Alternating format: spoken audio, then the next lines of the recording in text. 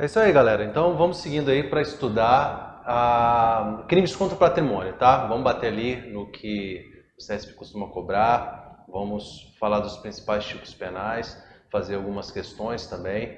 Na verdade, eu vou deixar para fazer as questões de parte especial mais para o final, né? Eu comecei com as questões da parte... Ixi, não sei que direito minha barba. Eu comecei com as questões lá de crimes contra a vida, mas para vocês perceberem, deixa eu secar minha barba aqui. Mais que eu no meu rosto agora. Fiquei sem graça. Então, no início eu fiz algumas questões, mas para vocês perceberem como é a pegada do CESP e tal. Você vê que é bem tranquilo, né? Vamos aqui batendo nos pontos principais, tenho certeza que você vai bem tranquilo. Vamos lá? Então, jogando aqui no slide. Bom, olha só, crimes contra a vida, né? A parte especial, já vimos, agora vamos para crimes contra o patrimônio. Beleza, meus amigos, olha só, crimes contra o patrimônio. Vamos falar do que é mais importante, vamos começar aí pelo furto, tá? Vamos começar aí pelo furto. Bom, vamos lá. O artigo 155, subtrair para si ou para outra em coisa alheia móvel, reclusão de 1 a 4 anos de multa. Muita coisa se poderia falar, mas o que está sendo cobrado é a questão da teoria da consumação do furto.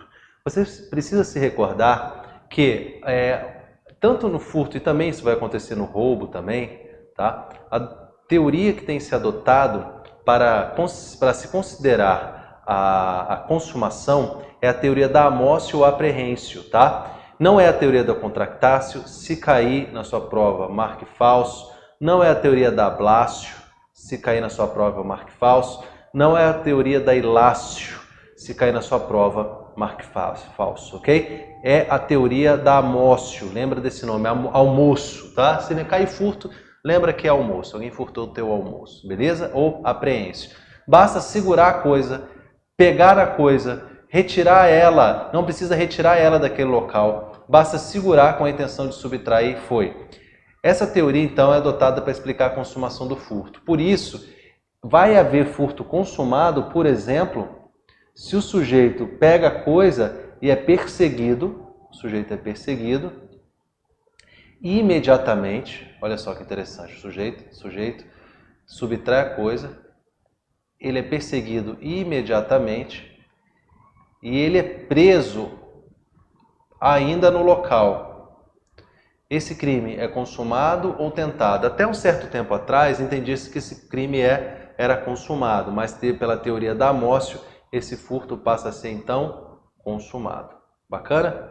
Passa a ser consumado. Perfeito? Muito legal, muito legal, muito legal. Olha, vamos dar uma olhada aqui nessa súmula 567, que fala de crime impossível e dispositivos antifurto, tá? Súmula 567. O sistema de vigilância realizado por monitoramento eletrônico ou por existência de segurança no interior do estabelecimento comercial, por si só, não torna impossível a prática do furto. Essa súmula já caiu esse ano e vai cair de novo, tá? Então, o sistema de vigilância realizado por monitoramento eletrônico ou por existência de segurança no interior do estabelecimento comercial, por si só não torna impossível a configuração do crime de furto. Então, o furto vai se realizar, mesmo que haja ali vigilância, mesmo que haja vigilância eletrônica ou pessoal, né? Isso não vai tornar impossível. Dificulta o furto, né? Nesse caso, não torna impossível. Mas se ele for pego com aquele objeto e já tiver retirado aquele objeto, já tiver segurado aquele objeto, então o furto será consumado. Beleza? Muito bacana. Seguindo aí para o parágrafo 1º, a pena aumenta-se de 1/3 se o crime é praticado durante o repouso noturno. Bom, sobre o repouso noturno, o CESP pode te cobrar? Uma informação bem tranquila aqui. Essa causa de aumento, aqui há divergência, tá? Mas, para a prova, você pode adotar essa posição aqui, que no informativo 554 do STJ, que entende que essa causa de aumento do furto em período noturno se refere à prática do crime durante o repouso noturno, é aplicável tanto no simples, ou seja, no furto simples, se aplica tanto ao furto simples, como nas formas qualificadas do furto. Lúcio, por que tem essa discussão e por que eu tenho que saber disso? Porque existe um erro aqui, não sei se o correto seria dizer um erro, mas assim, essa causa de aumento está no parágrafo 1º, ok? Então, alguns dizem que ela só se aplica ao furto simples, que é o caput. Como a qualificadora vem depois, o que eu botei qualidade aqui? Oh, meu Deus do céu. Qualificadora, tá? Como a qualificadora vem depois, né? Então há uma discussão se essa qualificadora também estaria abrangida, porque pela sistemática da leitura do código, não tem sentido uma coisa que vem antes ser aplicada a uma coisa que vem depois, tá? Geralmente o que vem depois se aplica às coisas que vêm antes, ou seja, o parágrafo 1º se aplica ao caput, mas não se aplica ao parágrafo 2º, 3º, 4º e por aí vai.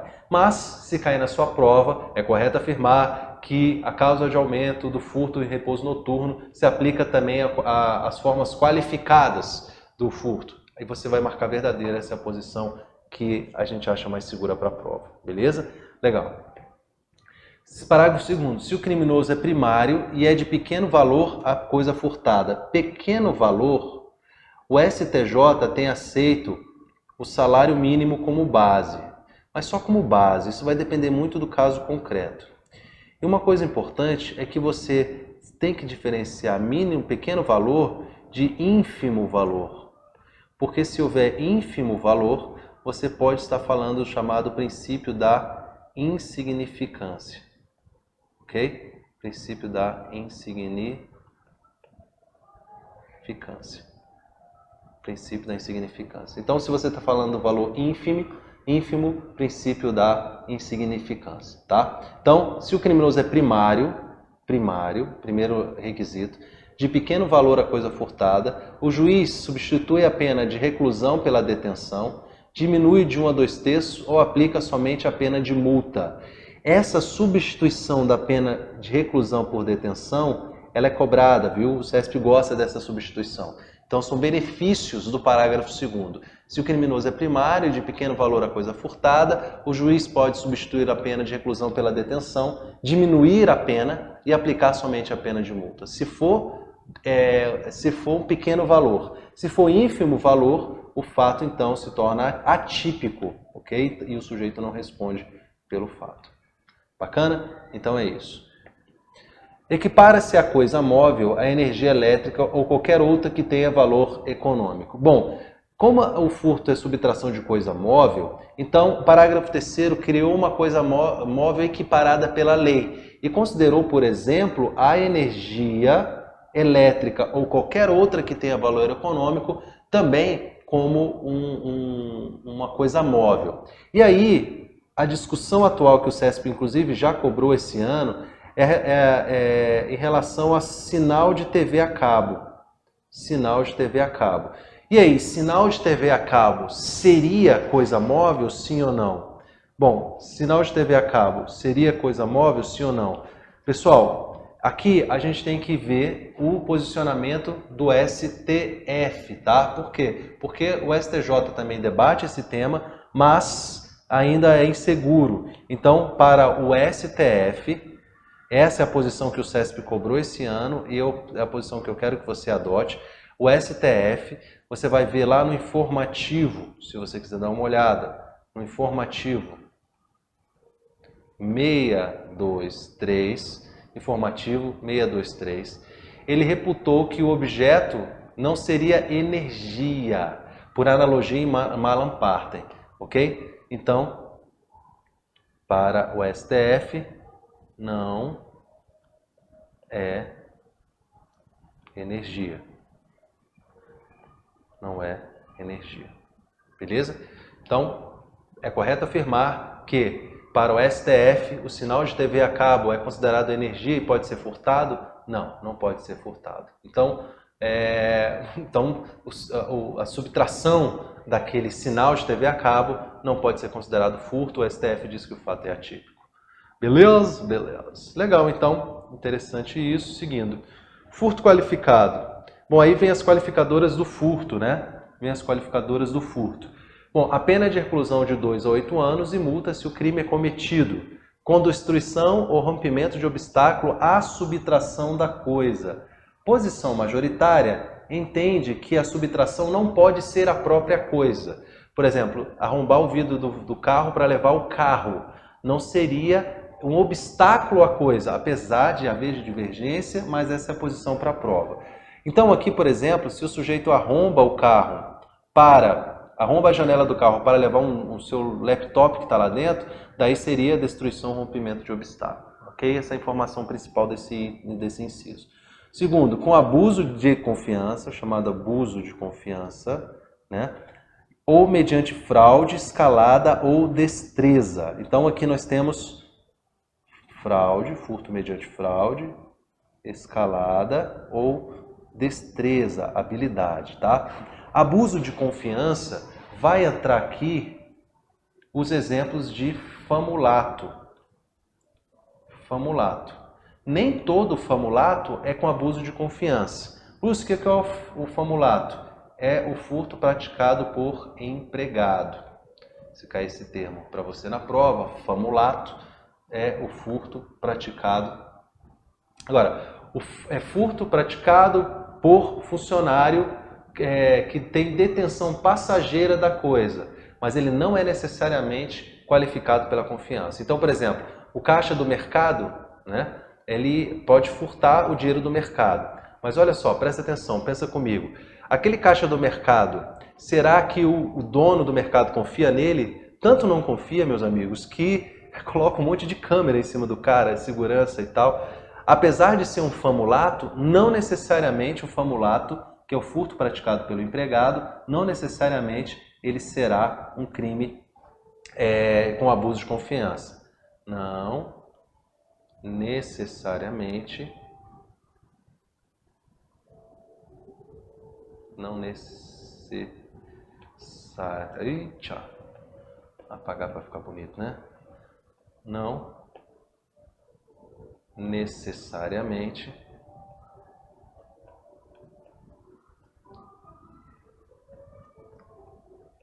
abuso de confiança. Como é que isso cai, Lúcio? É correto afirmar que o famulato é praticado com abuso de confiança. Ou um exemplo de famulato, abuso de confiança, um exemplo de abuso de confiança seria o famulato. Nem sempre, ok? Mediante fraude, quando o sujeito... Aqui, gente, uma diferença muito importante é o furto mediante fraude e a sua diferença com o estelionato do 171, ok? Basicamente, no estelionato, o sujeito ele emprega a fraude para receber livremente a coisa. Ele emprega a fraude e recebe livremente a coisa, ok? Ele emprega a fraude e recebe livremente a coisa. Por exemplo, ele, enfim, falsifica um documento para que você acredite que aquele documento é verdadeiro e repasse para ele a posse de um bem, por exemplo. Daí ele te dá um golpe. É um golpe, ok? Você cai de patinho ali. Já no furto mediante fraude, o sujeito ele aplica a fraude no furto mediante fraude, furto com fraude, ele aplica a fraude, meus amigos, para diminuir a vigilância, E assim, ele subtrai, presta atenção, que no estelionato ele emprega um engodo, uma fraude para receber livremente a coisa, ou para ter acesso livremente à coisa. Já no furto com fraude, ele diminui a vigilância, né? Tá? Já se entendeu, por exemplo, que é furto com fraude, não estelionato, a conduta daquele que... é furto com fraude, não estelionato, a conduta daquele que pega um veículo, né? Ele pega é muito comum isso, né? Ele pega um veículo para testar. Daí ele... chamado test drive, né?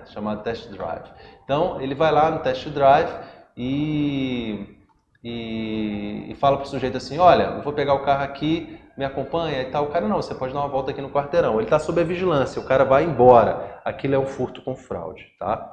Então, furto com fraude. No caso de testar o veículo, né? Furto com fraude. Não sei se eu tenho julgado, deixa eu ver se eu tenho julgado. Ah, tem um julgado aqui.